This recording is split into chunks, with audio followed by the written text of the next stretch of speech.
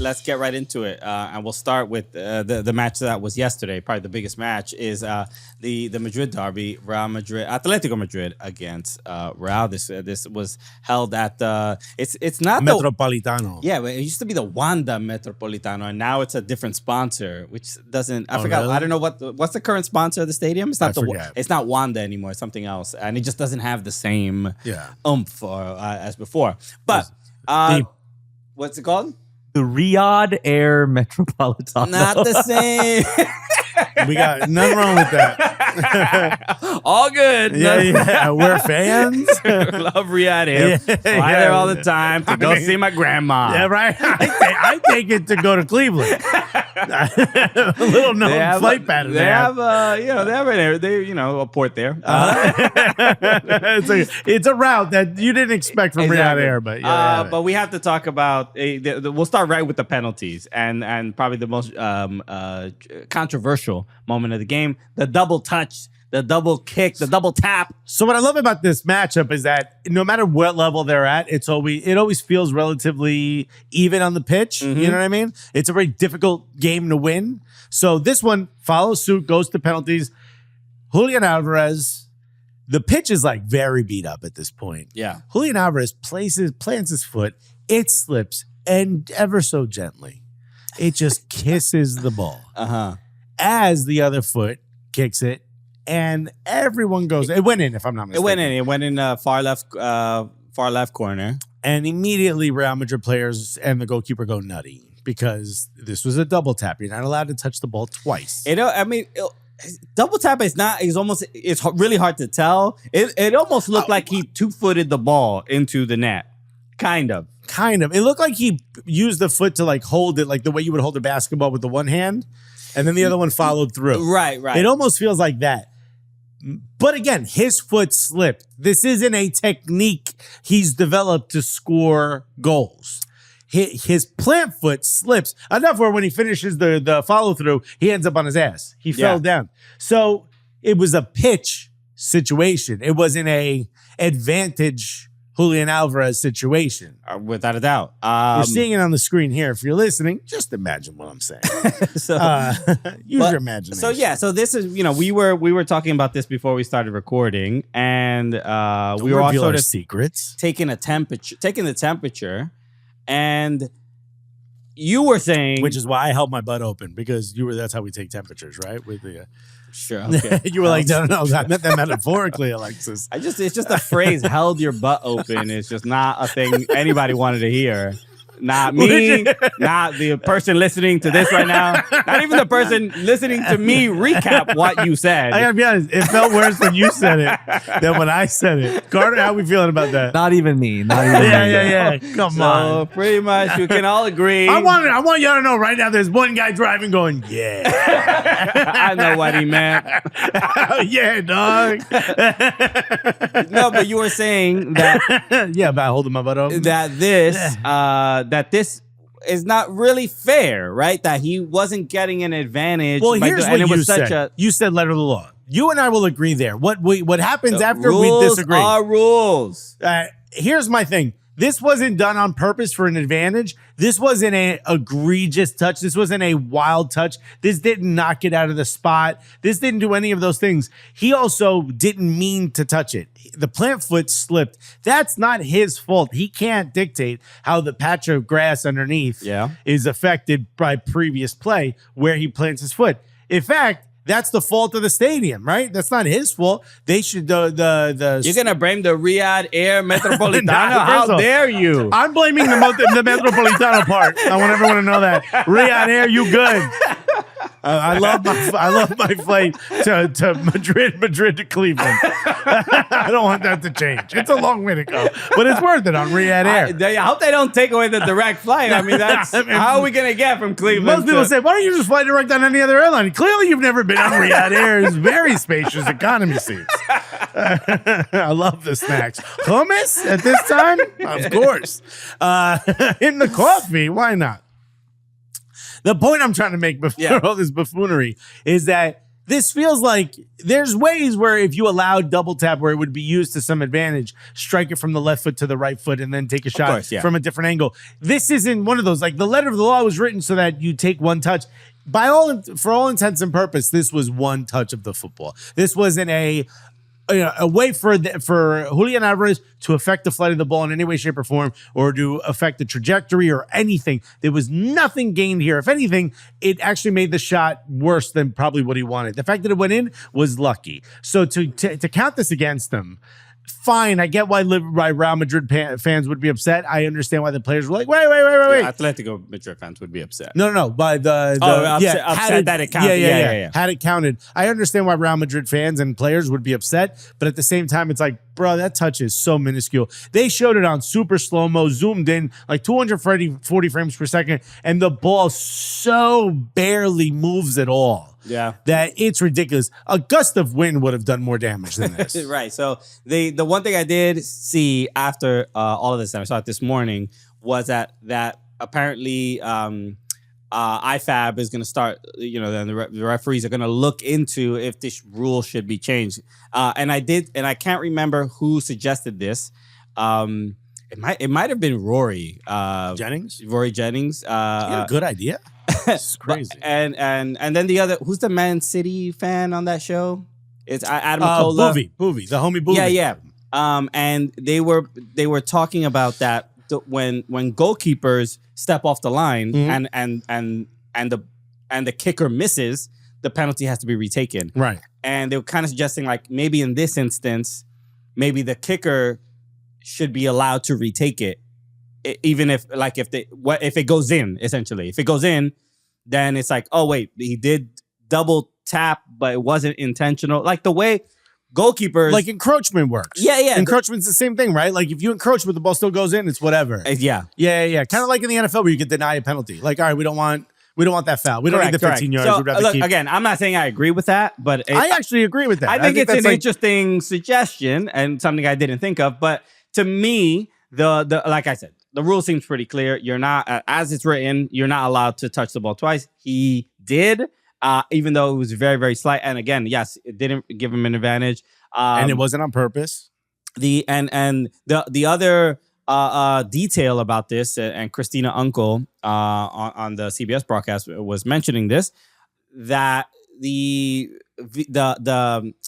semi-automated VAR probably had some impact in this decision because did they have the impact on the ball? I think so. I think that's how they know. I haven't, but I assume so because if you have semi-automated VAR, then they measure because as a sensor the in the ball, form, the waveform kind of thing. Yeah, if there's impact on the ball to know when the passing point was, then they know that it was struck once and then twice. So I love this technology, but I'm also like, this is a little ridiculous. Okay, I mean, damn, it's like Big Brother is really yeah. Well, we have lasers that know when you looked at the ball, and I think that's enough. And it's kind of fascinating where the game is to this point where this. You think this Zult.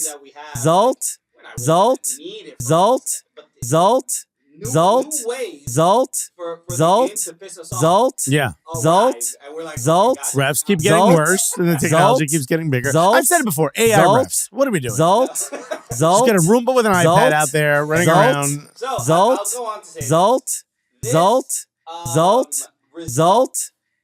Or this, this penalty has, in my opinion, nothing to do with Atletico losing this game ultimately. No, but it's something to point at if you're an Atletico fan. But it is whining and complaining, and and it would be worse if Real Madrid made all their penalties and this was the one that they. Yeah. No, that wasn't the case. Atleti, yeah. I'm saying, but no, Real Madrid missed one. Yeah. Who missed? Was it? I saw Lucas. Yeah. I forgot. Anyway. And then was it Llorente, I think, or I forgot who it was, also missed his penalty as well. Lucas Vazquez misses. So it's not like they didn't have another opportunity to at least tie it up or catch up. But even outside of penalties, Atleti, they get a goal in the first minute. They are dominant in the first half. I thought I was like, Real Madrid do they forget how to defend? How many? The Real Madrid game kind of worked against them, right? Of like, oh, we'll sit back and when we get a chance, we're going to rip them apart. Atleti were really active. How many shots did Thibaut Courtois have to stop? Oh, he had a ton of saves, he was dude. Put to work, bro. Yeah, man. I don't even have the stats in the first half. They had Atleti had 7 total shots, 3 of them on target. Yeah, in the entire game, it was 17 shots, two big chances, 8 shots on target, and 8 shots on target. Thibaut Courtois was. If I were him, I'd be like, "Yo, Rudiger, who was the other center back? Who played a center back? It was a nightmare. I couldn't believe that Real Madrid got to that second half only down 1 goal. I thought Atleti were fantastic, and then the second half, I don't know if it was fitness, and that definitely in the extra time. I don't know if it was fitness. I don't know if Ancelotti truly changed something tactically. They just didn't have the same energy just for that second half. And then Atleti, you're talking Atleti, yeah. So I would blame them. I mean, again, everybody's focusing on this one particular penalty, but that really wasn't even the most decisive moment of the game. I think I think overall what you're sensing is what a lot of people kind of talk about when it comes to these two teams is Carlo Ancelotti kind of gets the rub of being like, whatever, it's cool. You guys are footballers, you're professionals. You're going to do what you do. Mm-hmm. And they kind of hold them to a high standard. And then you got Diego Simeone, which is much more heavily involved and everyone needs to be at a certain fitness level and everyone needs to be, I don't want to call it micromanaging per se, but it feels like much more intense about what's needed out of the team. And I think after a long season, after a while, that does wear you down. And then the way I look at it is Real Madrid seems to kind of know what it takes to win a Champions League. They kind of understand it's like early on, everybody relax. If things weren't working well with Mbappe, but relax. Yeah. We've got a lot of time. Now's when they turn it on. City, in their best seasons, would turn it on right around this time. And you see Atleti has done so much to try to kind of regain that position of being in the big 3, potentially being in the top spot. They've worked so hard to get to that spot that now you're seeing that sort of effect late in games. Yeah, it's a shame for that to happen because, come on, an extra half an hour of this game, I was like, this is brutal. Yeah, Simeone was very upset. And he did you see his comments? No. Because he asked in the press conference, he was like, did anyone who here saw, raise your hand if you saw the ball be struck twice by Julian. And he's like, okay, you see, fine, and whatever. And he was just like, just really upset about it. No, obviously, none of the journalists raised their hand. It was funny. Ceballos, the former Arsenal guy, Dani Ceballos. He posted a tweet that just had a hand raised, responding to Diego Simeone. But one of the interesting moments of the game too is also, Mbappe. I thought he was fantastic, earning that penalty. And then Vinicius Jr. was like, hey, my brother, I got you. Don't worry about it. You did all the work. What a selfless human being Mbappe is to be like, you know what, dude? Why don't you take this? You haven't scored in a while. This will get you off the snide. And, earns a spectacular penalty. And really, he did it. He did the work himself to get through. He manufactured that whole thing. To defend it. And was it Longley who grabs him? Had this not happened at the beginning of the season the other way around? Did Vinny not draw a penalty and give it to Mbappe when Mbappe wasn't scoring? I don't remember. Do you remember this? I kind of remember this. So I feel like this was Mbappe being like, you know what I'm going to do? I'm going to give this back to you. I'm going to give you a gift this time. It is wild to have Mbappe on your team and him not be the designated penalty taker. Yeah. Not to say, Vinicius, I think he is, actually. Is he? I would assume Vinicius is. I mean, he has been for a while. Yeah. I don't know if anything changed, but the penalty Vinicius took was, comical. Horrific, yeah. There's not really much. Who was it? I think it was, I think Henry might have been talking about him when he said, like, sometimes when you're not scoring and the goalkeeper you're going up against is really good, you tend to hit it a little bit harder and you try to hit, like, the corner perfectly. And that's what causes you to overstrike the ball. Yeah. They're weird. They're one of the few clubs that has a rotating penalty kick taker. So they have 3 guys, Bellingham, Vinicius, and Mbappe all rotate. Yeah, and I think the rule is, or at least the way I've seen it play out, is if you draw the penalty, that's yours to take if you're one of those 3, even if you took the last one. Interesting. Well, that didn't happen here. Yeah. So, but look, even after Vinicius missed that penalty, I wasn't really concerned for Real Madrid. I still thought they were probably going to win this game. And so one of the moments, in extra time when Vinicius gets subbed off, which is also kind of shocking because it's the second half of extra time. You would think he's going to take a penalty. Right. I thought it was a bold decision for Ancelotti to be like, I'm not even going to put you in that. I saw what you just did. I'm not going to let you do that twice, my guy. So it's like, yo, I respect what you've done for this club, but not right now. Right now, I just don't think this is the best situation for you. Take a seat, Darwin. I mean, Vinicius. So he benches him, and there was a fascinating moment. This was on Fabrizio Romano's. Well, he subs him out. He doesn't bench him. Yeah, you know what I mean. He subs him out. And the Vinicius is walking to the bench, and he's Atletico fans are giving him a little stick. I mean, by stick, one guy giving him a straight up middle finger. Is a big middle finger. I'm sure right there it is. And then he holds up that he does 15-0, referencing how many Champions League Real Madrid has over Atleti. My favorite is that there's a guy, you can see him on the left side of the shot. His response to the 15-0 is he stands up. See him right there, stand up, and he makes the crybaby sound. I mean, he's like, yeah, we've never won. You won 15. You cried once. You little crybaby. Huh? How about that? I don't know if it's just me, but I was as I was watching this, I'm just like, please nobody do any monkey thing. Immediately I'm just like keep the hands at the eyes, nowhere near the armpits. When he did the wham wham, I'm like, okay, let me just make sure why he's exactly doing. Right. What are you referencing with this wham wham? Okay. So it is Spain. But yeah, this look, like I said before, this was a game where I thought a huge missed opportunity. I thought Atleti overall were better and had plenty of opportunities to win this game. Thibaut Courtois, I don't know who got man of the match. It should have been him. Is he your number one goalkeeper in the world? I mean, we had this conversation. I think we were talking about Alisson or Courtois.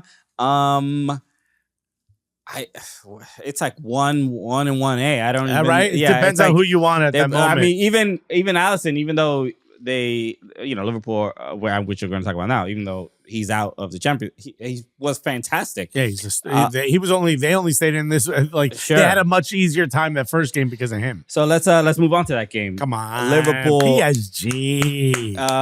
PSG go to Anfield, and everybody was like, especially after the first leg, damn, PSG gonna get cooked. Well, I think the conversation was like, you snuck out a win, Liverpool. How did you let this slip by PSG? Now you have to go to Anfield. I was floored. PSG were fantastic. That PSG did not skip a beat. They were great. They looked like they were almost playing at home. It's just like, again, you haven't seen Liverpool be that dominated. Not even dominated, but just nervous. Even at Anfield, like they just seemed they seemed a little uncomfortable. What they do so well wasn't working, and I brought this up on our call. There's a lot of conversation about where Ligue 1 is, right? A lot of British fans will call it the Farmers League.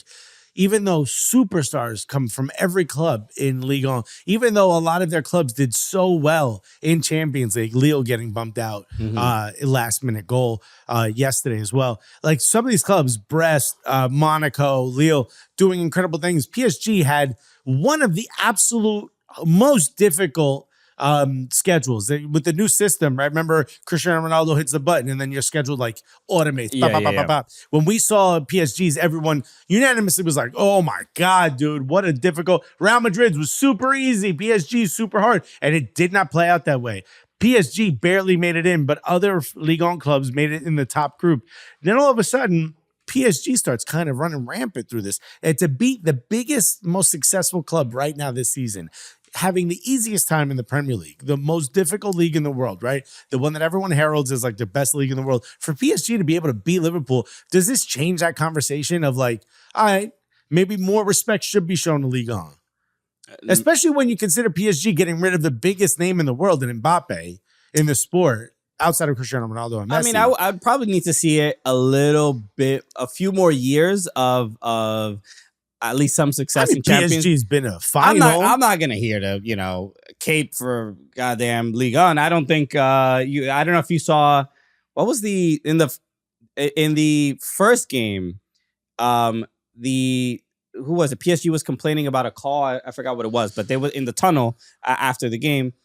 Somebody was complaining, and Virgil van Dijk, he was like, "Hey, come on, calm down. This ain't Ligue 1. This ain't Ligue 1, right? Yeah. So there's clearly it was a the little bit of disrespect. It was the Barcola shoulder the to Konate, shoulder, directly in the middle of his back. Right. Which is then, I don't know if you saw the foul on Garassi, and which is then if the Konate one is not a foul, makes no sense. It makes There's no no sense. Consistency. But so I mean, as far as that question, I think more than anything, I would just change the statement or the question to be like, should more respect be shown to PSG? Because I think PSG in our, we all know that the game plan since 2011 when the Qataris took over, Champions League. They want to win Champions League. They got to win Champions League. That's all they Winning want. in Ligue 1 doesn't impress me because you're the biggest club there. Exactly. So that's what they want to do. And this... It also says a lot about Luis Enrique that he's been able to take this team post Mbappe and turn them into this. Which is... You're making my point. I was watching the post game interview on the Champions League show with Donnarumma, and Donnarumma kept highlighting. He was just like, this team is incredibly young. Like they're so young, they don't understand... They don't even come with the baggage. No, yeah. Of what PSG, what their fans, what the ownership is demanding of them, and they to win Champions League. So they go to Anfield. It's like, all right, yeah, it's just going to Anfield. It's just another game. I went with my homies. The average age of the PSG squad is something like 22.5 or something like that. Barcola's young as hell. João Neves, Vitinha, everyone's super young. So we all know in the past that the move was to bring in aging superstar. PSG arguably retirement league kind of. They had Beckham post LA Galaxy. Ronaldinho was there when he was older. Yeah, but I mean that was a different era. But Zlatan. Yeah. But I'm just saying, Angel Di Maria, not too old, but just older, veteran. Yeah. And not young. Yeah, stars already made stars. You bring in this iteration of PSG is just. They're making the stars. Yeah, they're young players. And it's very exciting to watch. We were talking about him, but Vitinha is fantastic. What an incredible player. Him and Neves, I'm like, what a midfield. Just calm and composed and controlling games. And these guys are so young. So that pulling the strings. So that part Absolutely of it is just great to see. The next question that I've seen, and the next that there's been a lot of discourse is about Mohamed Salah. Obviously, Liverpool losing to PSG. To me, it's like I don't know, it's a cup competition across two legs. It's difficult, to maintain the level of dominance that they're showing in the league. To do this across two games against the same team, it's just you're gonna get caught once in a while. But Mohamed Salah didn't have a great game. He didn't have a great across two legs. Yeah. This stage. But now the question is for Ballon d'Or, because I think the more he progresses, he's having a fantastic season. Everybody's like, and we were talking about it, like he's basically a lock for Ballon d'Or. But is he? Now, after losing here, I don't think... And playing badly while doing it, or at least not getting the results, not getting the stats. Yeah. But, and I think if the vote is right now, I say he is the Ballon d'Or winner. What if Rafinha has an incredible Champions League and wins La he's Liga he's already having Champions League. Yeah, he's already having a fantastic Champions League. So that's why I think. But what if he wins both La Liga and Champions League? You might have to give it to him. Yeah, he's on a year where I would have said Salah's the easy shoo-in. Sure. And then maybe not so much. And it is because of this. Sure. Specifically because of getting bumped out. And if you're not the one if you score a brace in this game and you still get knocked out, you say, hey, man, Salah did everything he could do. Yeah. Even though he played relatively well, you could say he didn't really carry the team the way you would expect a Ballon d'Or winner to carry the team. And you get bumped out relatively early.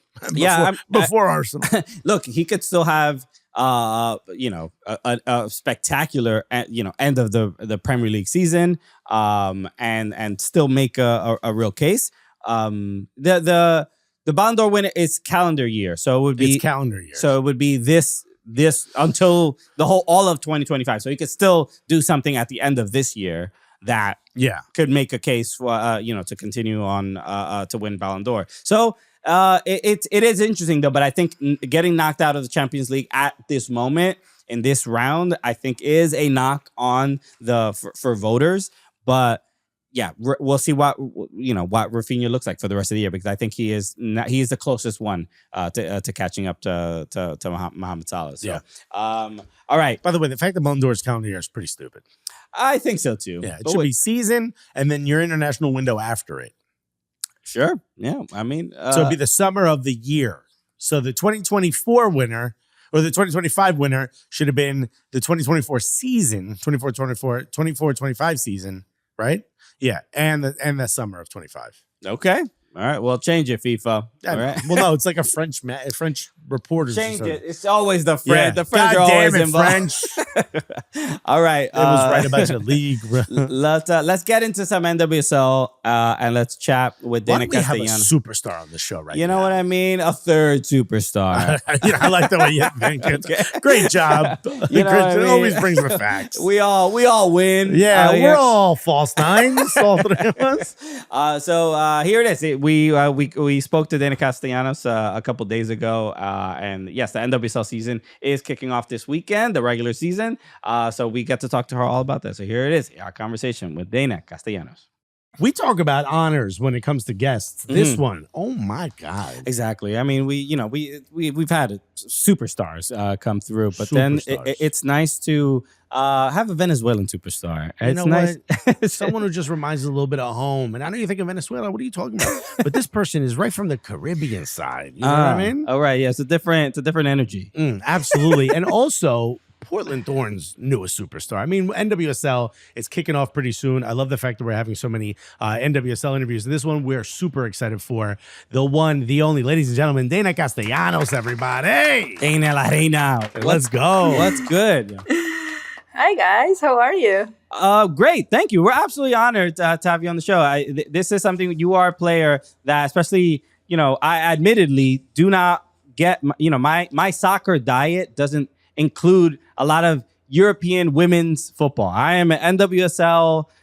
That's what I watch week in and week out. So when you left Manchester City and came to NWSL, to BFC, I'm like, okay, I've heard all the chatter. I'm like, everybody's really talking about Deyna. And I'm like, what do I not know? Why am I missing out? Because I'm not watching. You and defenders in NWSL quickly found out. What am I missing out on that the Women's Super League might have? But this is something when I'm honored to have you on the show, because I think when you got to NWSL and watching you and following you, there is a I don't even know the exact word. There is a confidence, a maturity that you carry yourself with, whether it's on the pitch or off the pitch, where there's a okay, I know I'm watching an elite athlete, but I feel like I'm also watching an entrepreneur building her empire. Ooh, I like this.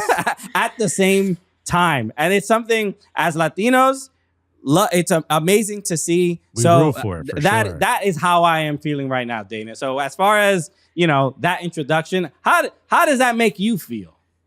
I mean, I'm blushing right now. I'll come here more often than to receive all these compliments. You deserve it. You're welcome to. I mean, let's just start with, I think, the obviously your move from BFC to the Thorns. I mean, I think. Welcome back to Manchester weather. Huh?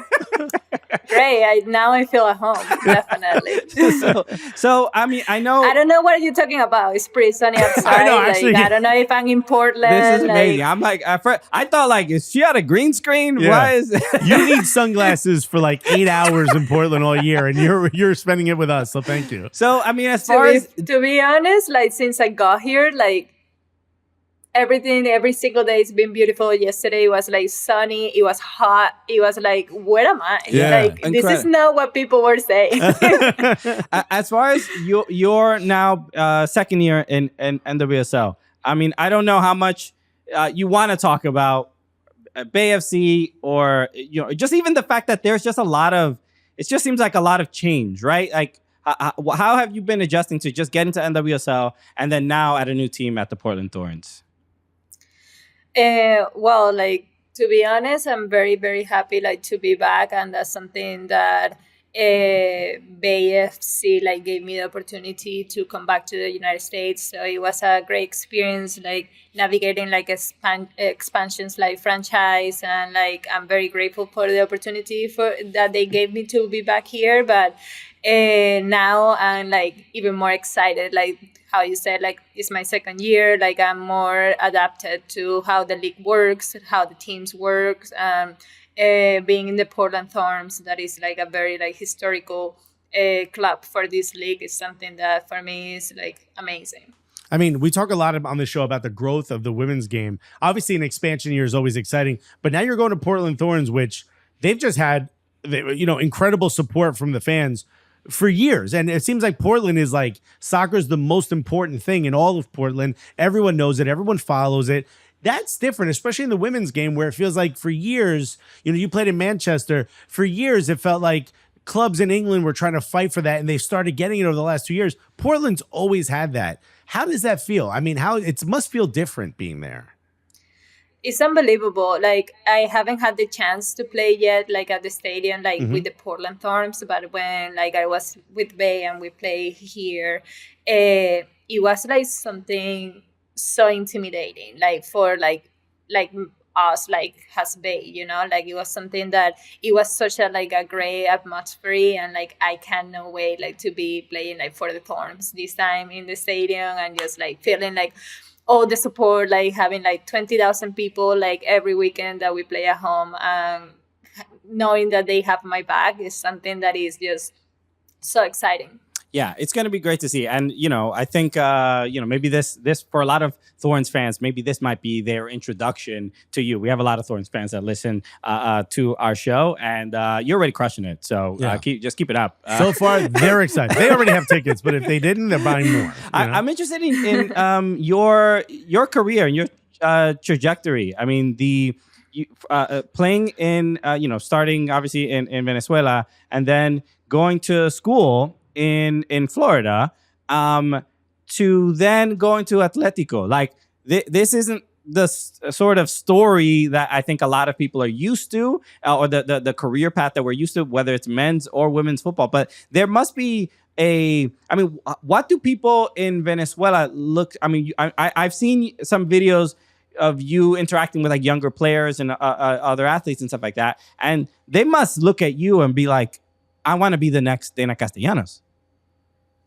Yeah, I think like in Venezuela, that's like something that is very common. Like especially like I have like a lot of teammates in the national team that I help them like going with my foundation, like to go to the United States, and like they always said like it was a dream like of mine, like to come to the United States, just because like you opened that door for us. And like for me, like it's something that is very big, and having that like in the national team is amazing. But also like has fans, like I see a lot of like little girls, like even little boys, that they come and like they see me, they start crying, and they just like, I just want to be like you, like have the career that you have, and like be like that person that also like supports their community. Like it's something amazing. Yeah, I mean, no one cries meeting us. I'll tell you that. No. That's not really a thing. No, that's not true. After like a few minutes of talking, they start crying. Never at the beginning, though. That's the worst part. I think the women's game is something that we talk a lot about on the show. We're big proponents of it, and I think a lot of people would be surprised to know that soccer isn't the number one sport in Venezuela. Right? Baseball's huge. Talk about the Caribbean influence. I'm Dominican, Cuban. Right? I mean, we're all kind of breaking. Who's better? At baseball? Cuba, obviously. That's not even a question. Wait, hold on. We had Miguel Cabrera that he was like, he's going to be all fame and like the best that everybody has seen. I mean, I'm wearing a Dominican national team soccer. I mean, you know what I'm... Look, Cubans don't have a lot. We got baseball and Penin, and we don't get much else, okay? We just have that. Pelota is all we know. We also it's swimming, bro. I mean, I've been to soccer matches, football, in Dominican Republic, and it is something where it feels like The video blew my mind because the accent rooting for soccer was like, hearing Dominican Acento accents. Caribeño was like, wow. But it's almost like similar to the U.S. to some degree, but probably a bigger kind of a challenge. But because baseball is the main sport, the soccer is like the hipster, The counterculture thing to do out there. But my question was like, you talk about youth players.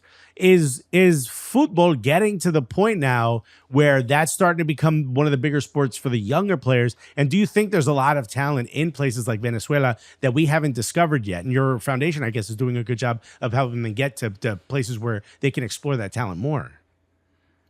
Yeah, for sure. Like at the end of the day, it's the most popular sport in the world. So like everybody wants to be, I don't know, Messi, Cristiano, Marta, like, you know, like they all want to do that. And like they know like the opportunity that soccer like gives you. Like at the end of the day, it's like, I think the only country that might be expensive is here, but everybody else is like a sport that is like very like accessible for everybody. Like you just need a ball and like 22 players are playing and like kids running around, and it's also like a gathering like for family when you are young. So it's something that is very easy to have access to, and it's becoming like more popular. Like in Venezuela, like everybody is crazy about La Vino Tinto, like men's and women's. Like that's something that the Venezuelan people like they do really good, that they actually support like their athletes and they support like the good things that they have, and it's something that is amazing. Venezuela has not made it to the World Cup, right? In their history, They were very close. Okay, so we're rooting. We're always very close. We're rooting for you. I know Cuba ain't got a shot, so I'm gonna. Dominican Republic made it to the Gold Cup. Yeah. In I'll be more Vino Tinto for the World Cup than I will be Cuba. That's for sure. I want to talk about the boots that are hanging on the wall behind you. The Nike United Phantom. You are Got a little Foot Locker right there. Part of the campaign. And just scrolling through your Instagram, I mean, seeing some of the photos and stuff. I mean, just seeing the smile on your face when you first held the boot was really awesome to see. I mean, what is your feeling about just being a part of this campaign and getting just being sort of the you and a couple other players, but like being kind of the face of a big Nike campaign like this?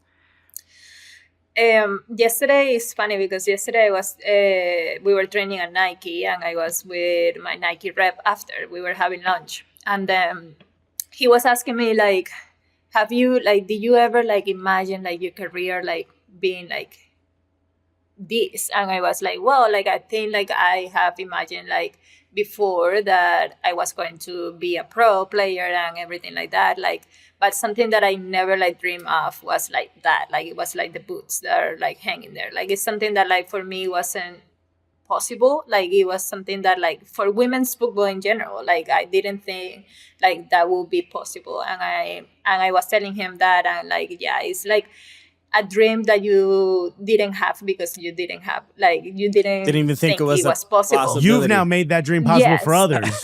Exactly. So like I think that's what is so special about this campaign. Like it's like young athletes, like young footballers that we are there, like we are like pretty big, like in our own clubs, but like also like what we do in society. And I think like this is gonna bring like the game up like for women's sport, like for sure, because now like we have something for little girls like to see and be like, maybe one day that could be me. And that's pretty amazing. Incredible. I don't think people know that.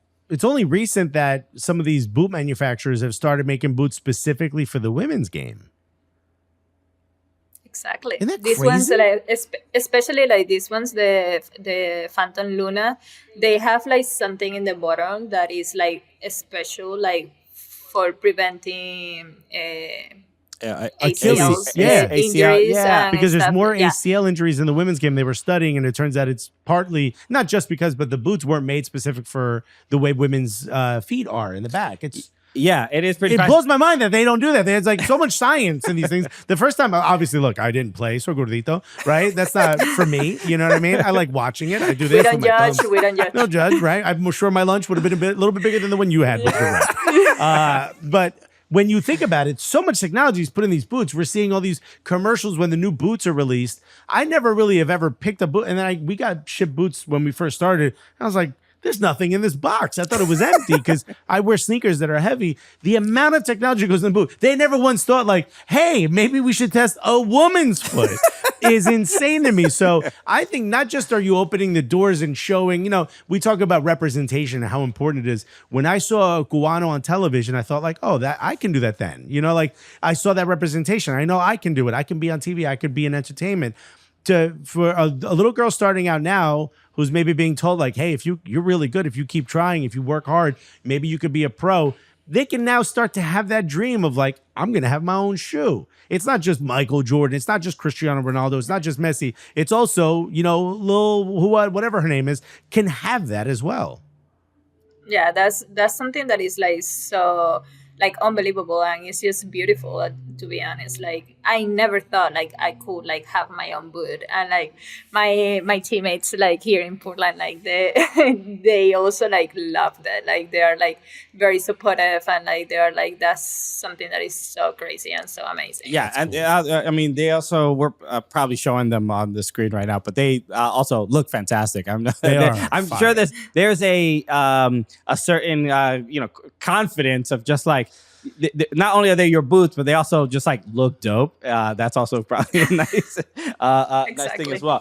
I'm curious about your career path going from Venezuela, going to Florida, and then Atlético, and then Manchester, Bay FC, and then Portland. What has the food selection journey been like for you? So obviously leaving your home country, going to Florida, you probably have a lot of access to a lot of it's very Caribbean food, very Spanish Latino. food. You're probably fine. I mean, I was in Tallahassee, so like. Oh, okay.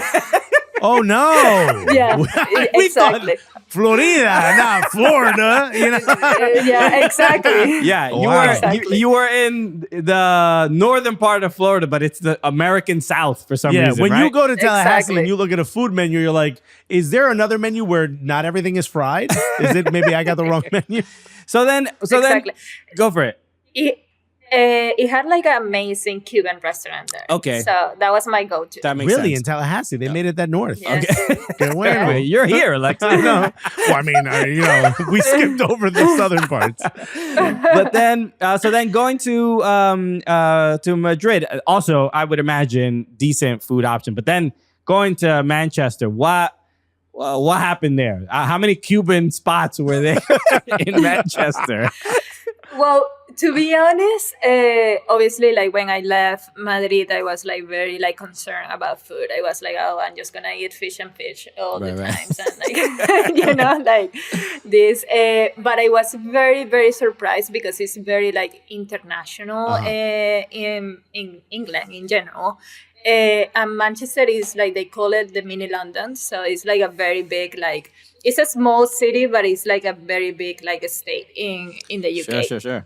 So it was like, okay, I was a little bit worried, but then like I have all the variety that I wanted, like has food, like especially a lot of Indian food, which I like Indian food, but it wasn't like, oh, I'm just gonna eat like British food and that's it. Like no, like it was good. All right, Yeah. good. And I think Pep owns a Spanish restaurant, if I'm not mistaken.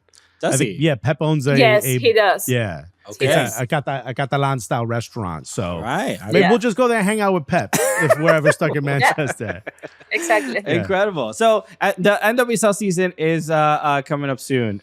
When it comes to, I mean, we talked about playing for the Portland Thorns. I mean, we were at the NWSL championship in Audi Field. 2019, if I'm not mistaken. No, with the Thorns, when the Thorns won against, was that before COVID? It was before COVID. Jesus Christ. I mean, it's just, the world makes no sense anymore. But the one thing, we've been to Portland several times, for Timbers matches as well. There is the stadium itself is again, the city is so focused on the sport. They know the game.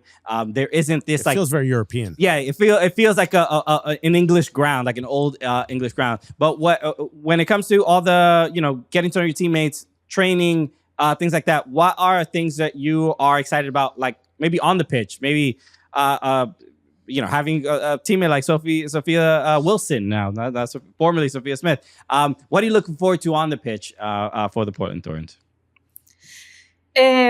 This group is very, very young group, but at the same time it's so experienced. How you said, like Sophie Wilson, like me, like we are like players that are like 24, 25 years old, and like we have like lived so much in the sport that is like just crazy.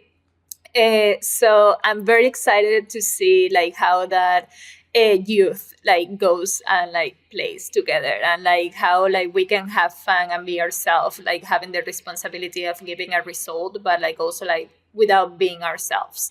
And that's something that this group is focusing in right now. And like we have talked and we have said like, okay, like we are very young, but like let's take advantage of that. So I'm just excited like to finally like wear the Portland Thorns kit and like just like start like playing like with the team. Like very nice kit this year as well. It's a beautiful kit. Gorgeous. Gonna goes well with Nike United Phantom boots, I'll be honest. Yeah. I know. They just blend together.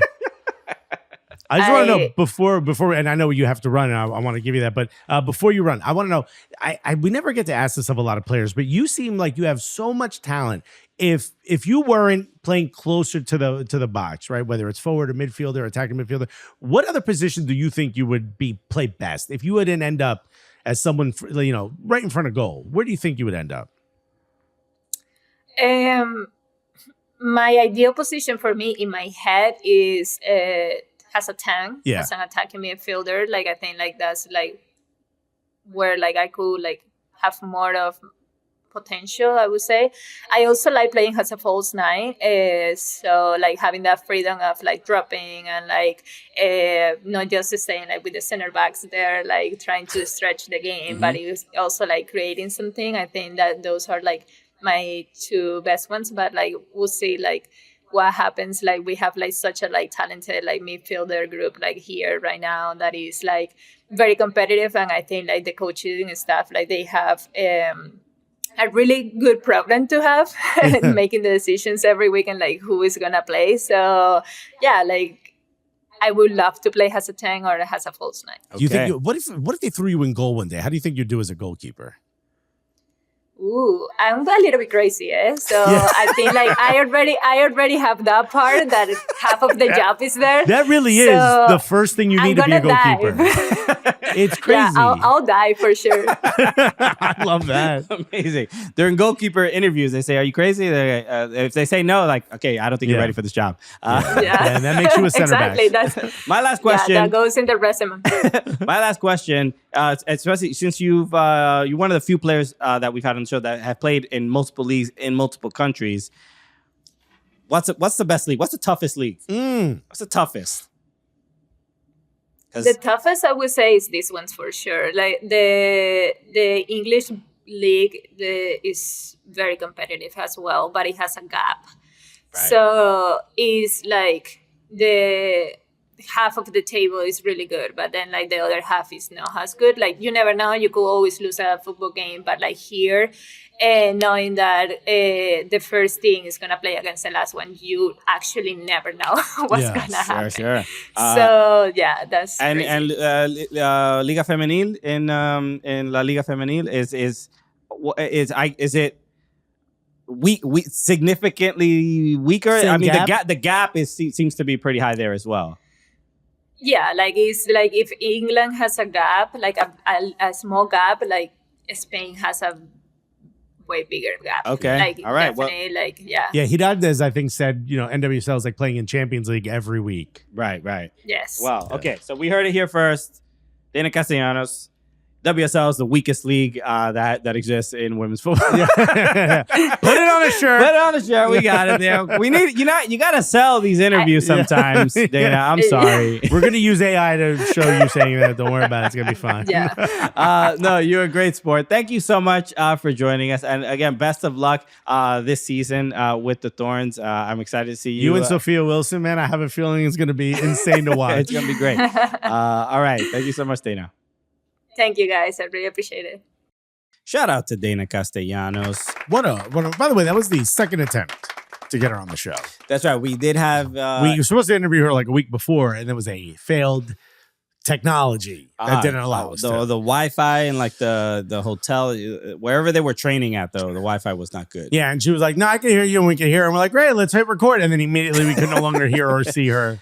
That's the nature of the business nowadays with all this these Zoom damn apps. Technology. But hey, listen, thank you to her team. Thank you to her for coming back and doing it again. Wonderful interview. Deyna Castellanos. La Reina. Excited to see her this upcoming season as well. So, all right. Let's we got to talk some USMNT because the USMNT roster just dropped for Nations League. That roster, bro. Let's put it up on screen, Carter. Not too many shocking names here. What's the biggest surprise on the roster? On the roster, the biggest surprise probably has to be Brian White, the striker for the Vancouver Whitecaps. I'm going to continue to say it's Tim Ream. I'm like, bro. No, you can't. No, Tim Ream has been. I feel like this is his kind of going away party, right? I don't think he's going to be a starter at the World Cup. I don't know if he's going to be a starter, but I think he's going to be at the World Cup. I could see veteran presence there. Yeah. I mean, and Tim Ream has still been. Yes, he's not maybe as fast as some of the other guys there and stuff like that, but he is I would say our most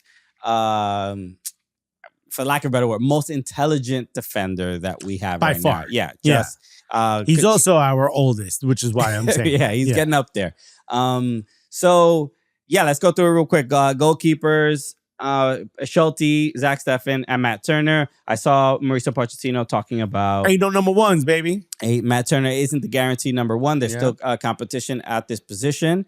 Matt Turner did play in an FA Cup fixture recently, so he got one game in the last like 3 months. Minutes. There was another cup. It was either FA Cup or Carabao that Dean Henderson started, and so I tuned into Crystal Palace. Why am I gonna watch Crystal Palace? I have no real interest in watching Crystal Palace, but I'm like, the homie Matt Turner plays there. He's about to get minutes.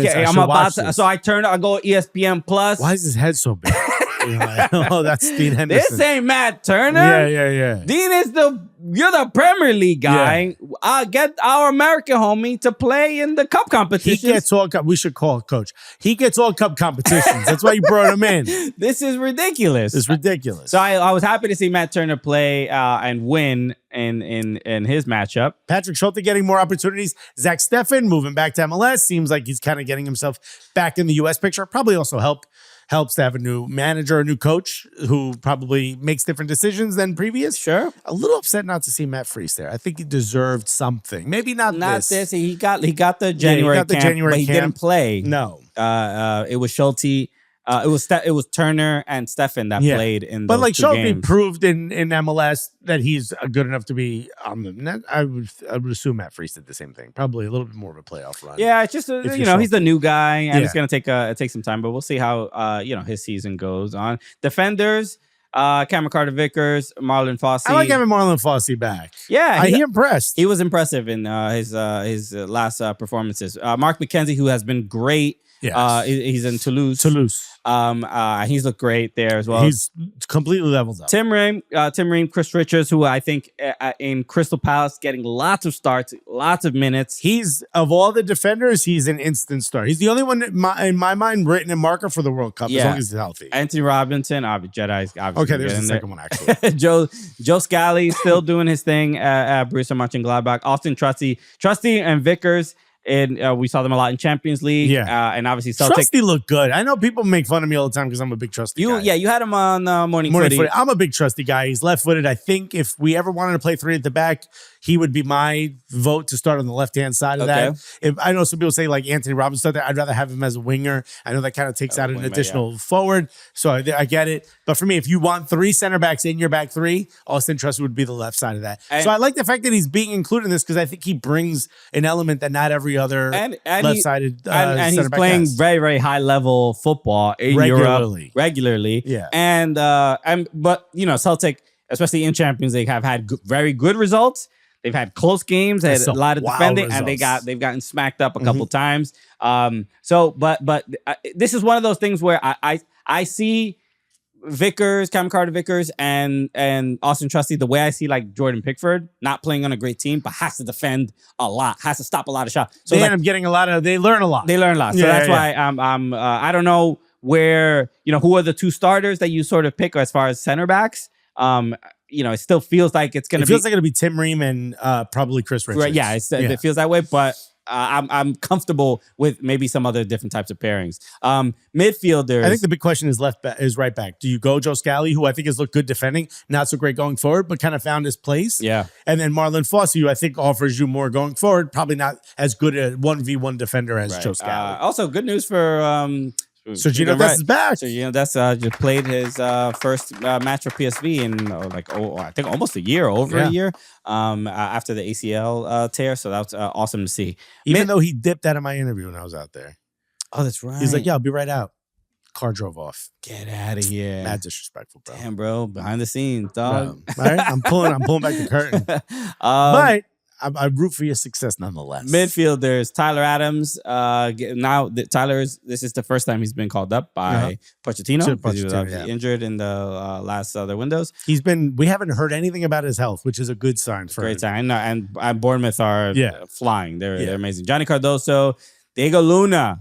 That's the one. Diego Luna's a big, because who this leaves out.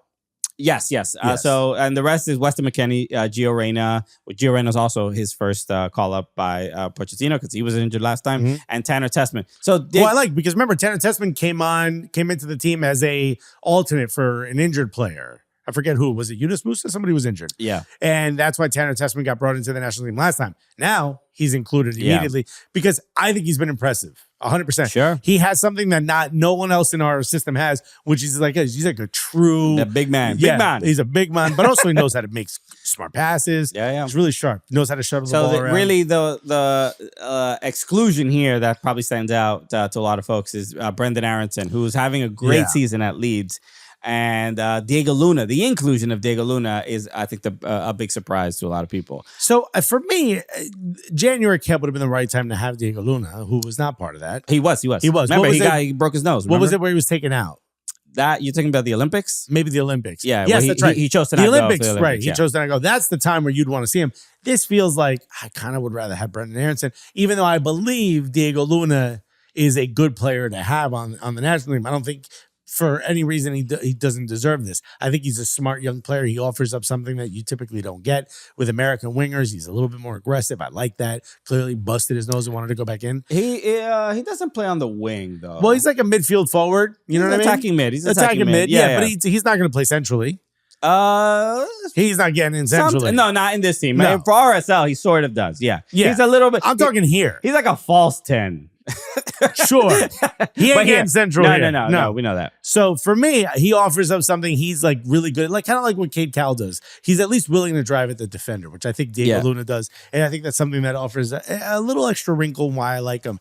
That said, Brendan Aronson, what more does he have to do? Yeah. I think Brendan Aronson is in a weird spot because even his time at Leeds, especially when he was in the Premier League, wasn't super impressive. He's impressive now. He is impressive now, and he's getting a lot of goals. But he wasn't impressive at Union Berlin. I get it. If you want to last year, if you want to hold it against him this year, he's given you enough. I think he has given it out. Pochettino did say that it was just like a numbers game, and they just couldn't call up more midfielders. I'll say this, and Diego Luna, I think, offers a little bit of physicality that Brendan Aronson doesn't. Sure. And Brendan Aronson's better going forward. A little bit more directness and maybe even Brendan Aronson has a better engine and he's better going forward. Better going forward. I don't necessarily think that. If you were finding spaces in the box, if we're surrounding the box the way we typically do, where we're all passing back and forth trying to find spaces, who would you rather have shuttling around? Diego Luna or Brendan Aronson? If it's a counter, Diego Luna. If we're in this position where we're basically all up front in their final third, Brendan Aronson. I don't know, but it maybe it's Brendan Aronson, but not by much. I think they're fairly similar level players.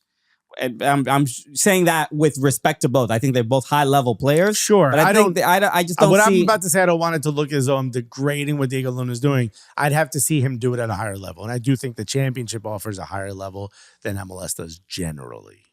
Yeah, I think Consistently. There's even debate there. I think there's a fair debate. Yeah, I tend to look at MLS like the best clubs in MLS are like bottom, like relegation level or just above Premier League teams. Okay. And then on average, you're talking about championship. Okay. So yeah. So look, let us know in the comments what you think about Where that would you decision. place it? No. I'm referencing Diego Luna over. But I'm asking you that question. Where would you place MLS if it were plopped in England? I mean, it's like, people always say this, like if the LA Galaxy, the MLS Cup winning LA Galaxy were put in the Premier League, like would they get relegated or not? I think they would be fighting. I mean, this particular LA Galaxy team, I think they would be fighting for relegation or would be relegated. One, not the one this year. I don't know. It's a my opinion on it's just the level between championship. I watch way more MLS than I watch the championship. Yeah. The championship to me seems generally pretty erratic. It is. They play a game every 3 days. It's crazy. And just even in the level of play that you're watching, it's just sometimes there are decent teams that play like proper football out there. There's a lot more of that in recent years. In the past, it was very defensive. How many teams are in the championship? Like 24, 28? Something like that. It's too many or whatever. So I just think the bottom half of the championship is 32? 24. You have a microphone. Carter. This guy's doing sign language over here.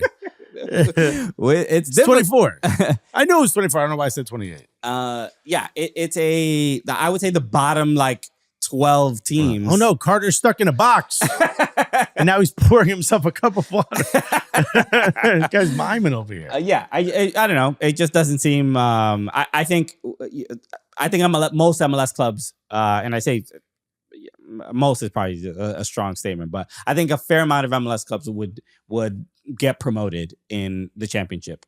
Like I think 4 or 5 of them. I think your top the best. Crew, the 2 LAs, Columbus, and then you can add another one. Yeah. So anyway, all right, let's just wrap it up. Forwards: Patrick Agimang, Yunus Musa. Really happy for Patrick Agimang, man. Yeah, he showed us a lot. In the January windows, he was great. I think he scored a brace in one of the games. I can't remember when, but yes. So, Yunus Musa, Christian Pulisic, Josh Sargent, Timothy Weah, and Brian White. So, Josh Sargent.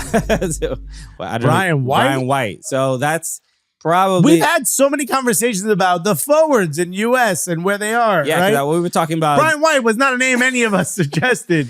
I'm happy for him. I think he deserves the opportunity, but it's a different name than what we've heard called before. Yes, he has gotten some call-ups fairly recently. Sure. I don't know if he scored. He might have scored in the January window. I think he scored one. He just scored yesterday against Monterrey.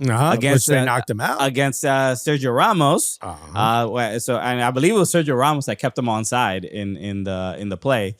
But I wonder if it was in his contract that he loses to MLS teams. I think, look, it's not. I'm not shocked by this inclusion. Do I think, given the forwards and how, it seems like Josh Sargent is the one. He's the first. Brian White scored against Costa Rica in the January camp. Okay, and that's the voice of Carter saying. Well, Josh Sargent is the starter, right? Like Nations League semifinal against Panama. Right. It's Josh Sargent. I'd be surprised if it's anyone else. And then once Josh Sargent plays 60 minutes and does not score, as he does for the USMNT, but he puts in a shift. Who do we want to see? Yeah. Then I'm thinking, then who is next? Is it going to be Patrick Agimang or is it going to be Brian White? And it feels like it's going to be Patrick Agimang. It feels like it's going to be Patrick Agimang. As far as what he seems like the type of player Pochettino wants to see more out of. I want to see more of him. Yeah, Brian White has a I think definitely more experience. He's a little bit older. Very strong, like nose for goal. So I think this is going to be a thing of like, how do they train? And because I'd be fine with either one coming off the bench. I don't know what. I haven't seen enough, especially from Ajman. Maybe Charlotte FC fans could weigh in, but I haven't seen enough to say like the sub. It has to be Patrick or it has to be Brian White. I've seen Brian White. We saw him at Red Bull for a long time. We've obviously seen him at Vancouver. We know what he's capable of. And they both scored in that January window. Yep. So the game, obviously, when is the March? What is it? 20? It just says Los Angeles, California. Yeah, the semifinal against Panama is the 26th. No, when is it? March 20th, Thursday, March 20th. Oh, March 20th. So next week. Okay. Next week, and then if they obviously win, then they would play in the final on I believe Saturday or Sunday. Also, shouts to Gio Reyna. I know we kind of brushed over it, but Gio Reyna not having the best season at Dortmund, looking like his time there's done, getting a chance with the national team still. I want to see him shine. I want to see him get a good move. Yeah, I hope so. So, all right. Let's wrap up there, everybody. Thank you again for tuning in. Shout out to Deyna Castellanos for hanging out with us for a little bit. We got nothing but stars. Like I said earlier, the NWSL season starts this weekend. So watch those games. We'll be chatting about some of them next week. And next week we have another hit show with a bunch of. Wait till you see the names. Great guests. Love it. A lot of ha-has. Carter not speaking into the microphone. Yeah. We are anything. We are nothing but consistent on this show. All you need to know is that right now he has a big smile on his face and he's holding up 2 thumbs. So I think he's having a good time. He could say something. You could also possibly hear his laugh, but he probably muted his microphone. He probably will. He'll cut that out of the show. This guy sucks at a drive-thru. It's like, bro, you got to talk. So make sure you follow us on Blue Sky if you have not yet, at soccercooligans.com on Blue Sky. Get over there. Follow Yahoo Sports on why not on Blue Sky. They don't post, but maybe one day they will. We're trying to get them. We asked them like, yo, get on here. You got this whole thing right here. You created the account, just post on it. And subscribe on YouTube and everywhere if you have not just yet, and leave a review on Apple Podcasts if you have not yet, and also on Spotify. Anything else, Alexis? You got anything else? Who cares if you subscribe or not? If you're watching this right now, please hit that like button. That's almost more important than a subscriber now. Okay. Also, if you are in Queens on March 22nd, I will be performing stand-up at QED. Ooh, I love QED. March 22nd at 7:30. So come through. Yeah. On Tuesday, I'll be at New York Comedy Club on the Upper West Side. I think that's the 18th. All right. Well, go see one of us if you like little ha-has that you Come on. All right. We'll see you on Monday, everybody. Have a good footy weekend. Peace. Love you guys.